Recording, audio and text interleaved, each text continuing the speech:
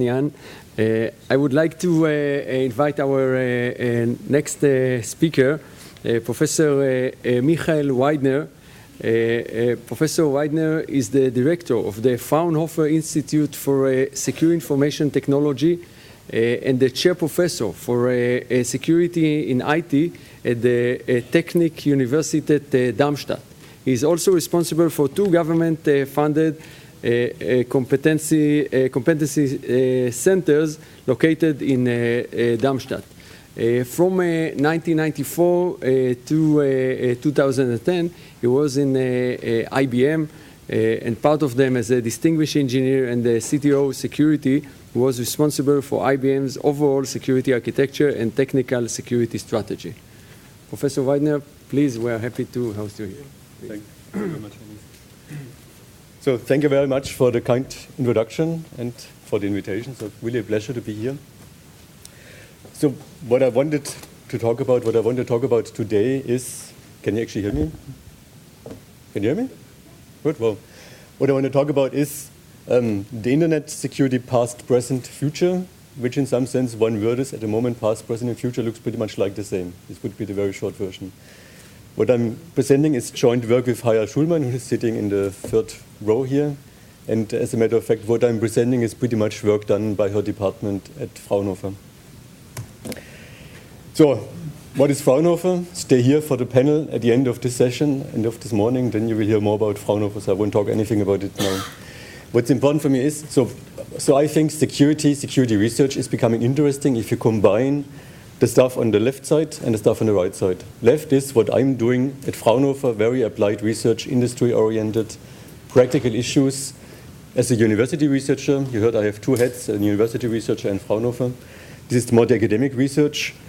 This is ranging from internet infrastructure, security, this is very practical, a real existing infrastructure, to cryptographic algorithms, proofs, new systems, access control models versus secure systems and software and so on. So you can make this list.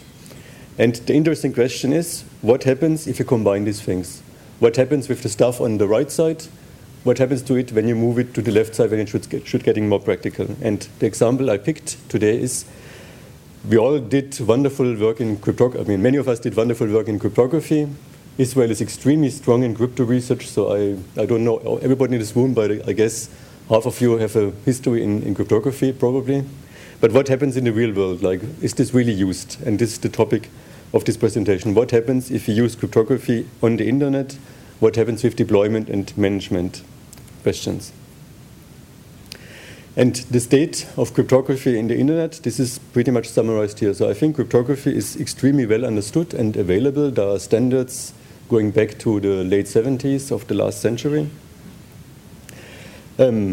Obviously, we all know without cryptography, you can't have security on the internet. If you want to have confidentiality, authentication, and so on, you need it. Popular internet services and systems demand cryptography. And the main message of this talk is actually, for whatever reasons, it is not used. So we have 50 years of crypto research. Still, we are pretty much at the beginning. And why is that? You can look for this list of things like applications, web, SSL, email, S-MIME, PGP, and so on. DNS should use cryptography, routing should use cryptography, NTP should use cryptography. It's not really used. So it is all not cryptographically protected. Why? As an example, I picked DNS. I will go through it and use it to explain a little bit what the challenges are and what can be done, and why this, I think, is a really exciting and important research area for IT security, for cybersecurity. Now, what is the domain name system? And what are known vulnerabilities of it? I trust that most of you know this, but just to be on the safe side.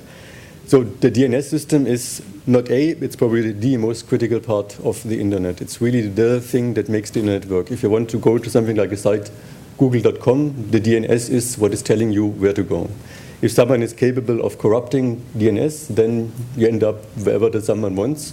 And this is actually what you see on the right side. This is what the NSA did with one of their attacks, sending people to somewhere where they didn't want to end up.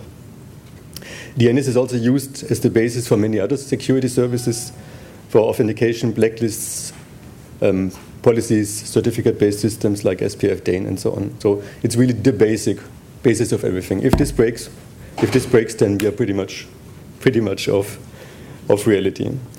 Everybody can be a victim, organizations, even DNS and network operators like ICANN, ISC, and so on. So it's really everybody is open for attack.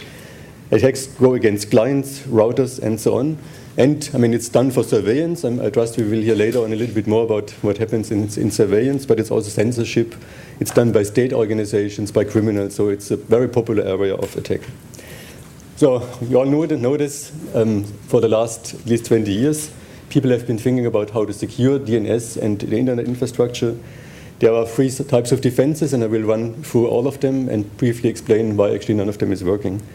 This is DNSSEC, that's the standard, using encryption, and then there are also non-crypto defenses. Now, cryptographic defenses for DNS, number one, that's DNSSEC. DNSSEC, this has been standardized like 15 years ago, I should say, for the last 15 years. The basic idea is, well, DNS gives you records. The record should not be forgeable. What do you do as a cryptographer in order to prevent something from being forged? You authenticate it, you sign it, and this is what DNSSEC is doing. So it's signing components of DNS records. Statistically, so you see the number up there, only less than 5% of the responses are validated. Actually, only less than 1%, that's more significant, less than 1% of the zones are signed, so they could be validated, and only 5% of the resolvers validate. So pretty much nothing is actually happening. There are many adoption challenges for DNSSEC. Some of them are very well known, like DNSSEC is after all a PKI. A PKI depends on a single root in this case. The single root is controlled by someone. If you don't trust that someone, then you're lost. Or DNS requires that actually everything is signed, not everything on a path is signed. If part of a path is not signed, then kind of you're also out of luck. There are also some new adoption challenges, like we studied the legacy infrastructure, what actually is the percentage of the internet that could support it. And what you see on the right side is the graphics that you probably almost can't read.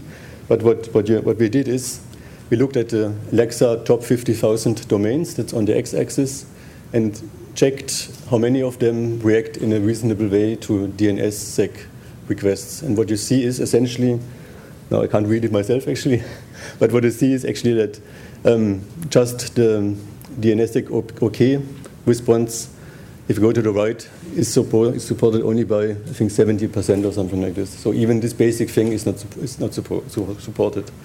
So huge legacy infrastructure which just cannot deal with it. Another problem is outsourcing to third-party services, and many of these outsourcers just don't support DNSSEC. So if you as a service provider outsource to someone else and if someone else doesn't support you, then again, there's not much you can do. Again, this is something we studied. Now, there are adoption challenges. The point is, even those who adopt typically get it incorrect. And this is pointing to the well-known challenge in anything on the internet. Management, operations, deployments are terribly complicated. People get it wrong because nothing is automated, nothing is supported. NIST in 2013 did a study of the top 1,000 important US domains. So these were financial domains, these were service providers, and so on.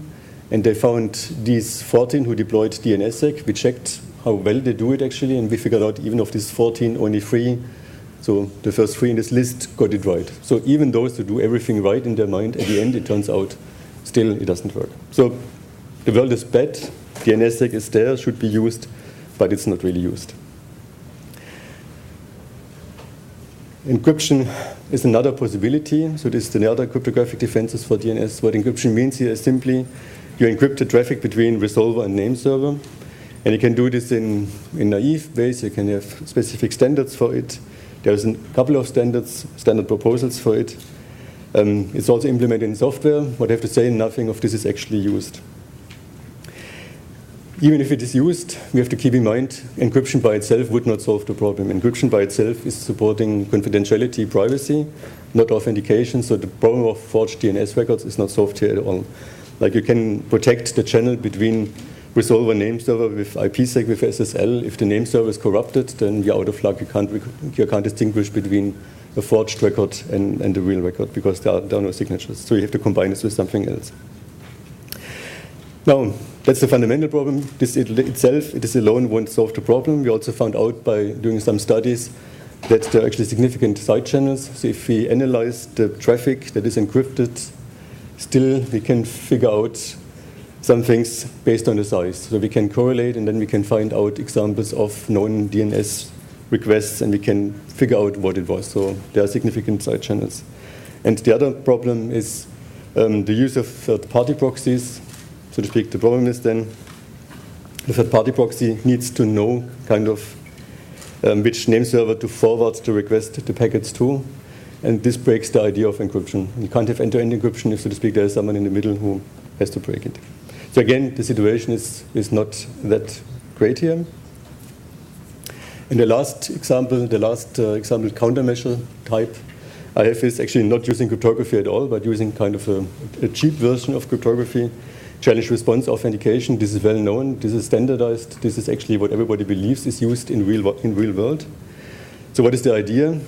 The idea is that you use random challenges which have to be reflected in the responses. So this is classical challenge response, but not cryptography. You misuse what you have there in order to deliver the challenges, and what you have there is things like, for instance, the source port numbers. So the idea is you pick a port number randomly, you send it to the other side, and if it's coming back and everything else matches as well, then the idea is it's authentic. There are standardized systems. It's implemented in major software pieces, major operating systems, major routers, and so on. All of this is supposed to work very well. Now, first of all, what is well known, thanks to work done here, also by Haya and by myself and by Amir Hatzberg, there are many vulnerabilities. So even fairly weak attackers can corrupt the system. Now, what was really surprising is we did a study on whether these things are actually used. So, as I said, everybody believes this is what is really used. It might be very weak, but weak protection is still better than no protection. In order to find out what is really used, we started our own small measurement system by subscribing to an ad network. So we wrote a little piece of JavaScript, which we embedded into an ad, which was then posted on popular websites. People came to us, many different clients. They were kind enough to come to us, run our JavaScript, and that way they were able to issue a number of requests to our subdomains. So we could see what they are doing. And by having a number of sub-requests, we also could figure out, for instance, whether they really use random source ports or they use just something else. And surprise, surprise, by analyzing what happens is we found out that 55% of these clients, they use sequential source ports, so nothing like random challenge response things. And for IP-ID, it's 18%. So even these very simple things are not used. So bottom line, complicated standardized cryptography is not used. Not so complicated in the process of being standardized cryptography is also not used, and non-cryptography, which is really supposed to be very simple, is also not used. And, well, the question is a bit, why not? Yeah? I mean, I gave you the examples, I gave you the reasons for the specific cases. And as a summary, what we see is clearly cryptography must be used. This is really, really important. It's key to securing the internet. There are some common systematic design and deployment challenges which are done wrongly kind of by everybody. In general, whatever we looked at, the deployment is at best in single-digit percentages. I mean, I showed it to you for DNS, for DNSSEC and so on. The same would be true for the rest. So we are also doing a lot of work in email security, in web security overall. It's all the same. Cryptography is supposed to be easy to use, but it is not used. No cryptography, no protection. And as I said, even non-crypto defenses are not well used. Now, what are the common problems? What is it that we need to work on as applied security researchers? So number one is PKI-based approaches use a single root of trust. So there must be some mechanisms which are distributing this trust. There must be some mechanisms to get rid of this single root of trust. And for instance, we have some other work where we showed that essentially all of the PKIs that we use today, the whole PKI infrastructure, can be corrupted. So this is quite critical to get rid of the counter trust system. Then crypto approaches have this tendency of all or nothing. Yeah, everything is protected, but if there's one element, one thing in the chain that is not protected, it is breaking. This is true for BGP, for instance, but also for DNS. All links must be protected at once. And of course, this makes the whole problem much more complex. Deployment requires typically manual changes, and there is a huge lack of automation. I mean, many of you probably have some system administration experience one way or the other. And poor system administrators, they are typically left alone. They have to deal themselves getting these things right, and since they are humans, they typically get it wrong. Deployment requires huge investments to change legacy infrastructure. You saw this before. I mean, it's probably the largest infrastructure that we have. It's not easy to change things, so we have to come up with ideas how to incrementally, evolutionarily deploy systems. And last but not least, the tendency to outsource services to third parties increase all of these challenges. Since what we really see is more and more the internet is actually not run by those who believe they are running it, but by some proxies, by some outsourcers, by some content delivery networks, whatever. And if they don't support what you need, then you're out of luck, and you often cannot even control what they are doing. So this was my summary of the state of cryptography on the internet. As I said, so to speak, it's kind of a sobering summary. But on the other hand, I think it's a huge, huge area for research, taking all of the wonderful crypto research that has been going on for the last 50 years and turning it into practical stuff that is really deployed. And I think there are many, many challenges in research. And that's why I'm really, really excited working in this area. And with this, thank you very much for your attention. And